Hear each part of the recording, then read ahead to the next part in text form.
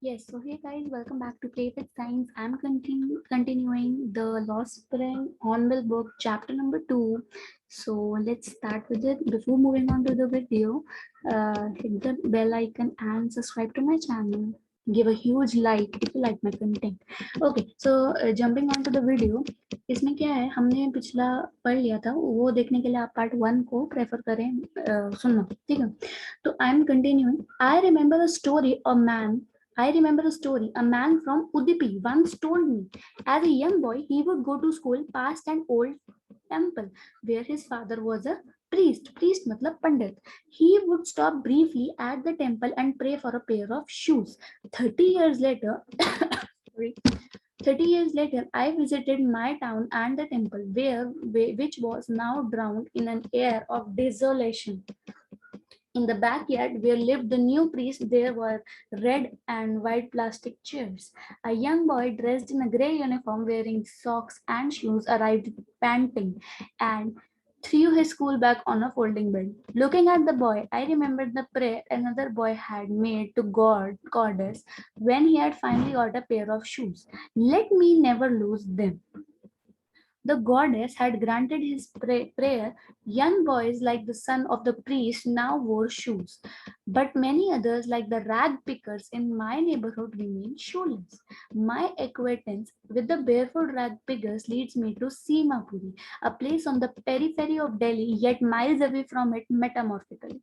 Those who lived here are squatters who came from people who came from Bangladesh back in 19 people ले लो या migrants भी ले सकते हैं people ले लो या migrants भी ले सकते हैं squatters को who came from Bangladesh back in 1971. Saheb's family is among them. Simapuri was then a wilderness.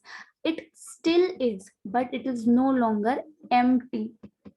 It in structures of mud with roofs of tin and tarpaulin, devoid of sewage, drainage, or running water, lived 10,000 rag pickers.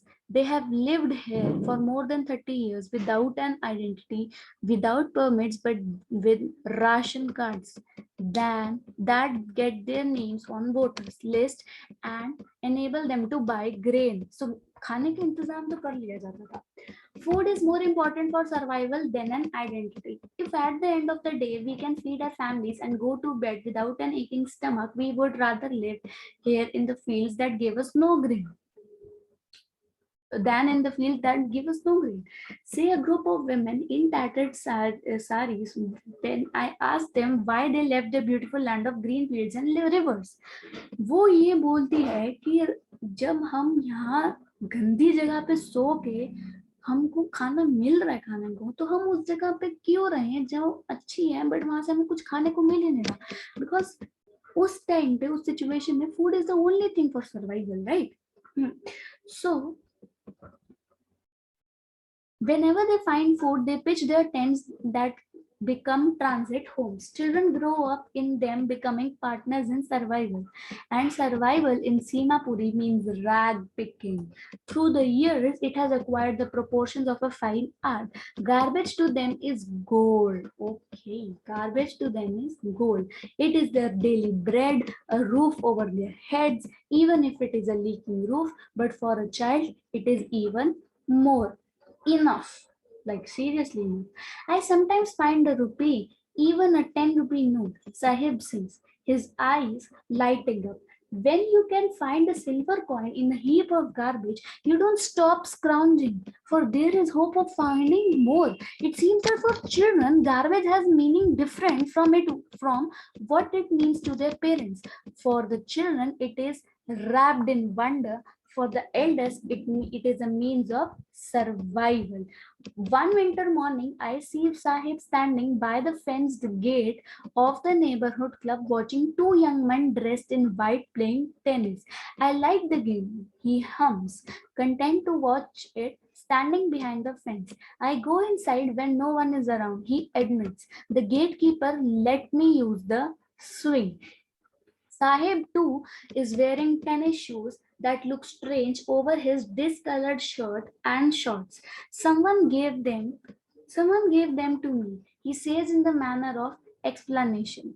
The fact that they are discarded shoes of some rich boy who perhaps refused to wear them because of a hole in one of them does not bother him. Does not bother him. For one who has walked barefoot, even shoes with a hole is a dream come true. But the game he is watching so intently is out of his reach, definitely. This morning, Sahib is on his way to the milk booth. In his hand is a steel canister. In his can. Oh, I'm sorry. Can.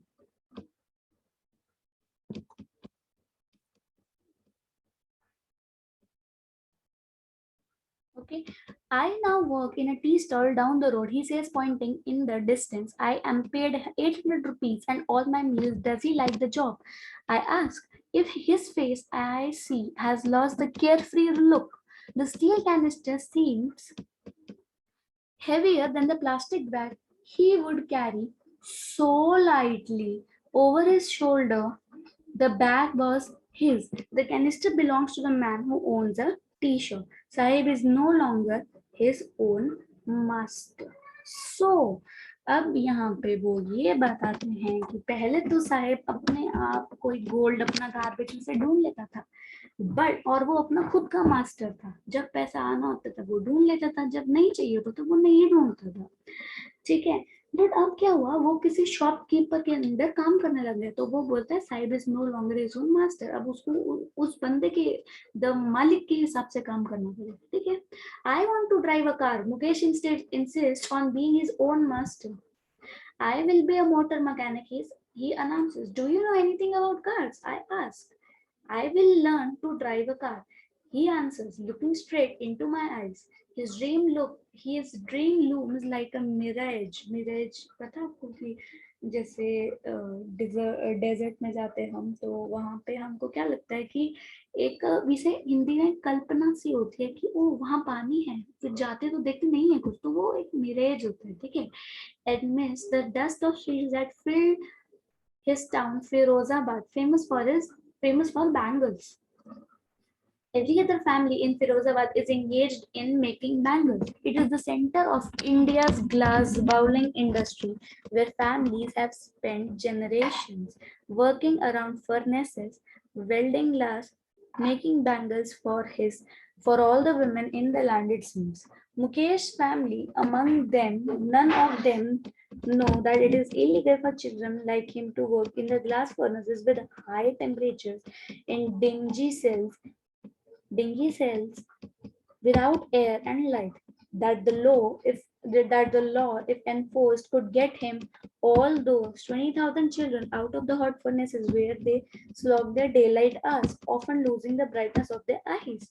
Mukesh's eyes beam as he volunteers to take me home, but which he proudly says is being rebuilt. We walked down stinking lanes choked with garbage, past homes that remain hovels with crumbling walls, wobbly doors, no windows, crowded with families of humans and animals coexisting in a primeval state. He stops at the door of one such house, bangs a wobbly iron door with his foot, and pushes it open. We enter a half-built shack. In one part of it, thatched with dead grass, dead grass is something like hay. Okay, is a firewood stove over which sits a large vessel of sizzling spinach leaves. Sizzling में हम बोलते हैं तड़कता भड़कता है, ऐसा बोलते हैं उसको. ठीक है. तो on the ground in large aluminum platters are more chopped vegetables. A frail young woman is looking the evening meal for the whole family. Through eyes filled with smoke, she smiles. She is the wife of Mukesh's elder brother, not much older in years. She has begun to command respect as the Bahu, the daughter-in-law of the house, already in charge of 3 men, her husband Mukesh and their father. When the older man enters, she gently withdraws behind the broken wall and brings her wheel closer to her face. As custom demands, custom means the latter, the person demands daughter-in-law must veil their faces before male elders, means dukana. Okay. In this case, the elder is an impoverished bangle maker. Okay, despite long years of hard labor, first as a tailor and then as a bangle maker, he has failed to renovate a house, then his two sons to school. All he has managed to do is teach them what he knows, the art of making bangles. So interesting story it is.